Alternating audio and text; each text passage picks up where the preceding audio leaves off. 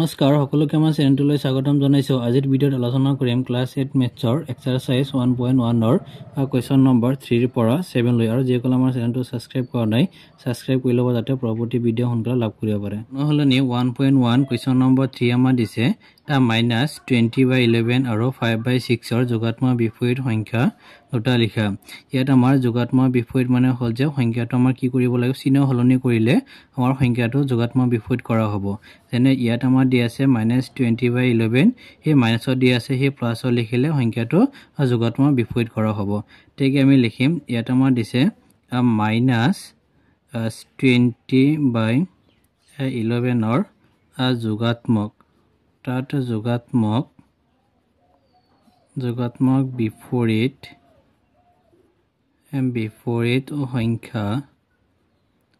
সংখ্যা হ'ল ইয়াৰ আমাৰ এই যোগাত্মক বিপৰীত কি হ'ব, সেই মাইনাছ আছিল সেই প্লাছ হৈ যাব, তাত 20/11। আৰু ইয়াত আমাৰ কিমান দিছিল যে 5/6, তাত আৰু 5/6 ৰ যোগাত্মক বিপৰীত সংখ্যা হ'ল, এতিয়া এইটো সংখ্যা প্লাছত আছিল সেই মাইনাছত হ'ব, তাত -5/6। এইটো হ'ল আমাৰ 3ৰ এনসাৰ। নম্বৰ 4 আমাৰ দিছে গুণাত্মক বিপৰীত সংখ্যাবোৰ লিখা। অৰ্থাৎ আমাৰ গুণাত্মক বিপৰীত মানে হ'ল যে আমাৰ সংখ্যাটো জাষ্ট ওলোটা কৰিব লাগে, চিন যেনেকুৱা আছে তেওঁ তেনেকুৱাই থাকিব, সংখ্যাটো ওলোটা কৰিব লাগে। এনে ইয়াত আমাৰ কি আছে যে মাইনাছ যিটো আমাৰ 13 আছে ইয়াৰ গুণাত্মক বিপৰীত সংখ্যাটো হ'ব যে আমি কি কৰিম, ইয়াত আমাৰ এই তলত একো নাই মানে আমি মনে মনে আমি 1 ধৰি ল'ম। 1 হ'লে এই সংখ্যাটো ওপৰত যাব আৰু ওপৰতো তলত আহিব, অৰ্থাৎ ইয়াৰ এনসাৰটো হ'ব -1/13। অৰ্থাৎ সেই 1টো ওপৰত গ'ল আৰু 13টো তলত আহিল। আমাৰ দিছে ইয়াত আমাৰ এই সংখ্যাটো চব -4/9 ৰ লগত আমাৰ এই -2/7 টো পূৰণ হৈ আছে। তেওঁ পূৰণ যদি আমি কৰোঁ যে ইয়াত আমাৰ যে মাইনাছ আৰু মাইনাছে যদি পূৰণ হয় কি হ'ব, প্লাছ হ'ব। তে 4 × 2 কিমান হ'ব 8, আৰু সিফালে আমাৰ 9 ৰ লগত 7 যদি পূৰণ কৰোঁ কিমান হ'ব 63। তে এইটো সংখ্যা আমাৰ গুণাত্মক বিপৰীত কৰিব হ'লে আমাৰ কি হ'ব, এই তলতো ওপৰত যাব ওপৰতো তলত আহিব, অৰ্থাৎ 63/8। এইটো হ'ল আমাৰ এনসাৰ। তাৰপিছত 3টো আমাৰ দিছে, 3টোৰ আমাৰ ইয়াত চোৱা -2 × 2/5, ইয়াৰ তলত একো নাই মানে 1, অৰ্থাৎ সেই -2ৰ লগত এই 2টো পূৰণ হৈ আছে, অৰ্থাৎ 2 × 2 কিমান 2 × 2 = 4।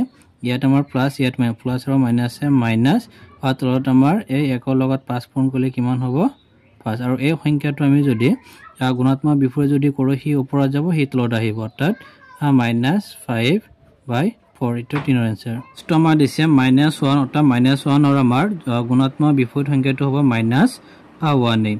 তাৰপিছত আমাৰ 5টো আমাৰ দিছে, এইটো সংখ্যা গুণাত্মক বিপৰীত যদি কৰোঁ সি ওপৰত যাব সি তলত আহিলে, অৰ্থাৎ 5/2n। 5টো আমাৰ দিছে ইয়াত আমাৰ 1/2/3 গুণাত্মক বিপৰীতটো আমাৰ দিছে যে 5/3 হয়নে যুক্তি দিয়া।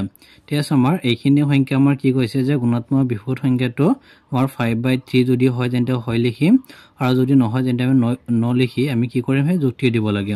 ঠিক আছে, এইখিনি আমাৰ ভেলুটো কিমান সেইটো আগত আমি যদি চাওঁ, ইয়াত আমাৰ 1/2 কিমান দিছে 3। এতিয়া এইখিনি ভেলু হ'ল, অৰ্থাৎ 3 × 3 আৰু 2 কিমান হ'ব -5/3। এতিয়া এইখিনিও সংখ্যাৰ গুণাত্মক বিপৰীতটো কি হ'ব, এতিয়াকে -5/3 গুণাত্মক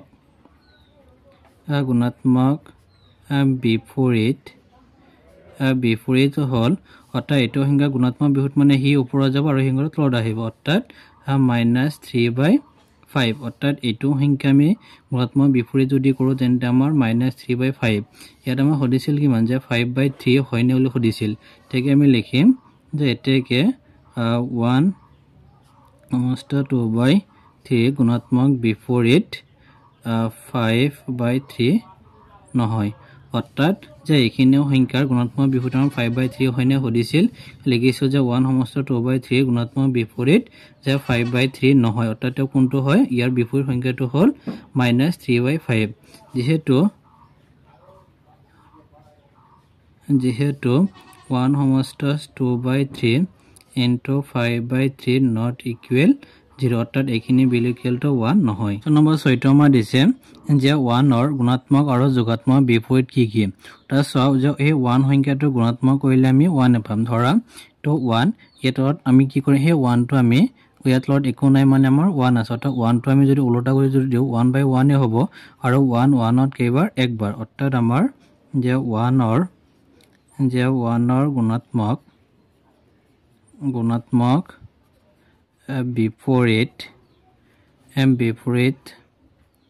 বিপৰীত সংখ্যা হ'ল আৱানেই আৰু আমাৰ কি কৈছিল যে 1 যোগাত্মক বিপৰীত অৰ্থাৎ হে 1 যোগাত্মক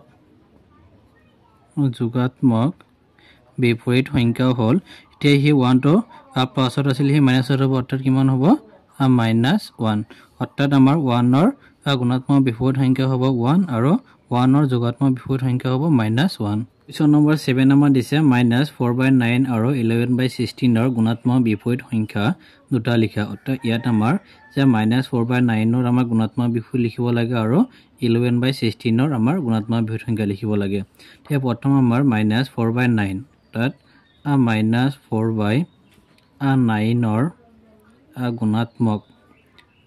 গুণাত্মক বিপৰীত